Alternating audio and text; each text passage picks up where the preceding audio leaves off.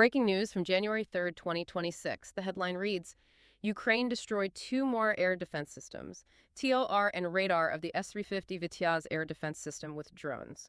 Before we get into it, if you value this kind of analysis, please consider this. Subscribe to Defense Reports. It's your go-to source for timely, in-depth military and defense reports. I'm Alex. Join me with Aria for a sharp, no-nonsense breakdown of the latest in global defense news, military technology, and strategic developments. And today we're going to cover those incredible New Year's strikes. Our mission for this deep dive is to figure out what these very targeted attacks on Russia's best air defense systems and their logistics, what it all tells us about this technological adaptation spiral that's just accelerating in modern war. It's more than just looking at battlefield losses. We're seeing hard evidence now that Russia's latest systems, like that S-350 radar, are completely vulnerable. So we're going to unpack how Ukraine is turning cheap drones into really strategic weapons. But we also have to talk about the flip side. There's a serious warning from military analysts that Russian tactical adaptation, it's now giving Moscow this critical overlapping advantage. This is the new reality of the war, and it's something every country really needs to understand. Oh, that's the core of it right there, this dynamic where cheap tech beats expensive hardware. So let's start with the tactical success. The New Year's strikes by the U.S.'s Asgard Battalion. Oh, wait. These were surgical. Oh, absolutely. These were not just random drone swarms. They were high-value targets, identified with very good ISR, and then hit in really quick succession over New Year's Eve and New Year's Day. So walk us through the timeline of what was hit. It kicked off on December 31st. A TOR system and a Buck system were taken out within, I think, an hour of each other. But the really big hits, the most strategic ones, landed on January 1st in the Donetsk region. Right. They got another TOR system near Shevchenko. But the real prize was the destruction of the 50 N6E multifunctional radar. That's the key component of the S-350 Vityaz air defense system. That's the detail that jumped out at me. Why is taking out the S-350's radar and not just a launcher such a huge win? Because you've essentially hit the brain. You've taken out the nerve center of the entire battery. The S-350 is a serious piece of kit. I mean, it only entered service a few years back to replace the older S-300s. And it's meant for medium-range defense, covering a pretty wide area. Up to 120 kilometers, yeah. But the 50 N6E radar is what makes it so dangerous. It's the command unit. It can track up to 40 targets at the same time and engage something like 16 aircraft or 12 ballistic missiles at once. So when that radar goes down... When that radar is destroyed, the whole battery is blind. It's neutralized. It can't see cruise missiles. It can't see aircraft. And crucially, it can't see the low-flying drones that did the job. You've created a massive blind spot. A blind spot they can then exploit. And we saw that happening almost immediately with that broader deep strike campaign on New Year's night. That's exactly right. The U.S. units were opening corridors in the air defenses. And at the same time, Ukraine was launching these long-range strikes to hit Russia's ability to even wage the war, hitting them deep in their supply lines. What were some of those bigger strategic targets? Well, we saw hits on the Ilsky oil refinery in Krasnodar Krai and another oil facility in Tatarstan. So that's the economic lifeline. And then on the military side, a fuel depot for the 51st Army was hit near Ilovaisk. Which hurts their frontline armor and logistics. Directly. And maybe most importantly, a huge storage facility for the Shahid or Jareen UAVs at the Donetsk airport was destroyed. Okay, that's a key point. You take out the storage for their main strike drones, you're hurting their ability to launch those massive raids in the future. It really forces you to zoom out and look at the bigger picture here. It's a total revolution in how war is fought. Analysts have been talking about this for a while.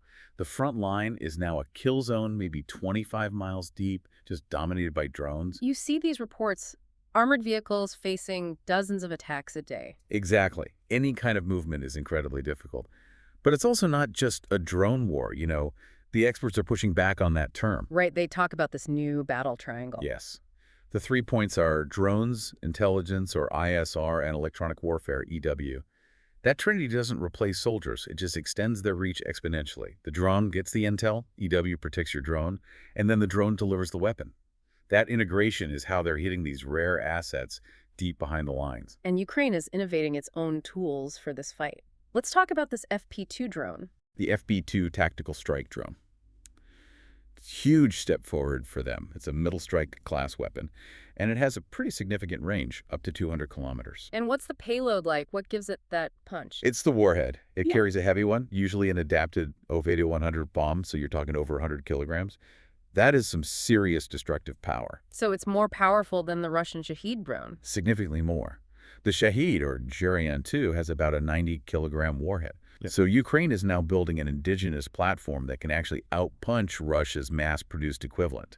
It's designed to hit those valuable targets 50 to 100 kilometers back. That is just incredible innovation. Which brings us to the paradox we mentioned at the start. Despite these amazing tactical wins, analysts are warning that Russia might actually be gaining an edge in the overall adaptation battle. How is that possible? It's the difference between, let's say, tactical brilliance and systemic learning.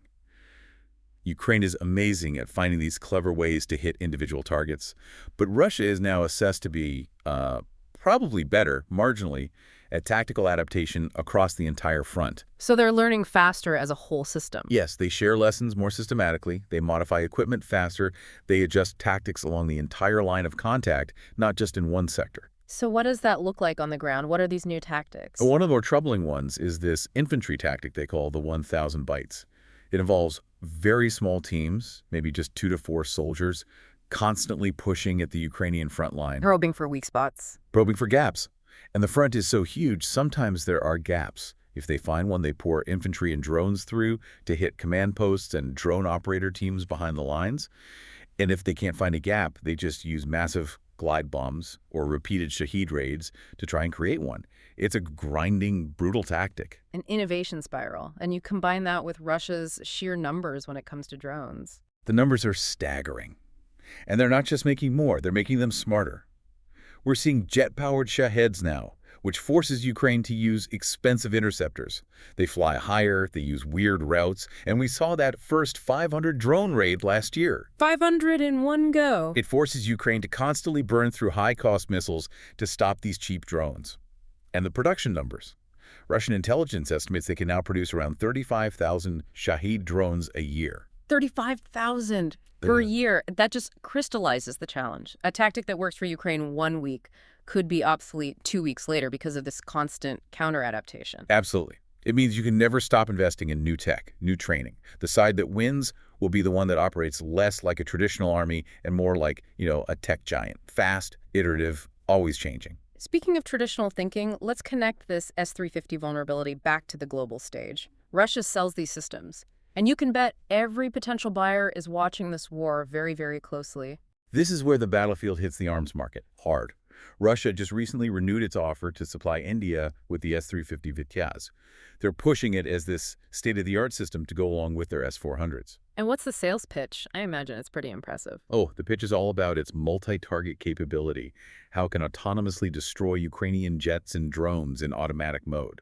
They sell it as this invincible shield. But the reality on January 1st tells a very different story. A completely different story. Ukraine has now reportedly taken out at least 2 S-350 units, a launcher back in 2025, and now the critical radar. It just shatters that narrative of invincibility that Russia is selling around the world. So every time a Ukrainian drone hits one of these, it sends a ripple through the entire global defense market. It does. It forces countries to rethink their reliance on foreign military hardware and really pushes them towards self-reliance. It underscores why continued support for Ukraine is just so strategically important for Europe and for NATO. Let's talk about that, the strategic imperative. We're hearing warnings that Russia is digging in for a very long war. The intelligence is pretty clear on this. Their state rearmament plan is reportedly aiming for them to be ready for a war with NATO by 2030. By 2030, that's a chilling timeline. It is, and it just highlights why sustained military, economic, and intelligence support for Ukraine isn't just about helping them. It's about deterring future Russian aggression against the rest of Eastern Europe. Ukraine has proven the quality of its soldiers, its motivation, but you can't fight a 35,000 drone-a-year production rate on motivation alone. Exactly. That's why external support is so critical to counter Russia's, overlapping advantages in mass and systemic adaptation. The trajectory is still very challenging for Ukraine. So the bottom line for you, for anyone listening to this, is that future defense success is all about speed and flexibility. It's a new industrial age of warfare where a cheap drone can strategically outweigh a billion-dollar air defense system. The lesson is that if you're building an army for tomorrow, you have to prioritize decentralized innovation. You have to be faster because these expensive traditional platforms are proving to be incredibly vulnerable. Which brings us to our final provocative thought for you to consider. In 2025, Russia doubled its production of missiles for the S-400 and S-350 systems. Their spending on these SAMs was more than on all of their fighter jets combined. So, given that massive investment in these prestige systems, does the destruction of this rare S-350 radar signal a strategic failure by Russia to protect its best assets?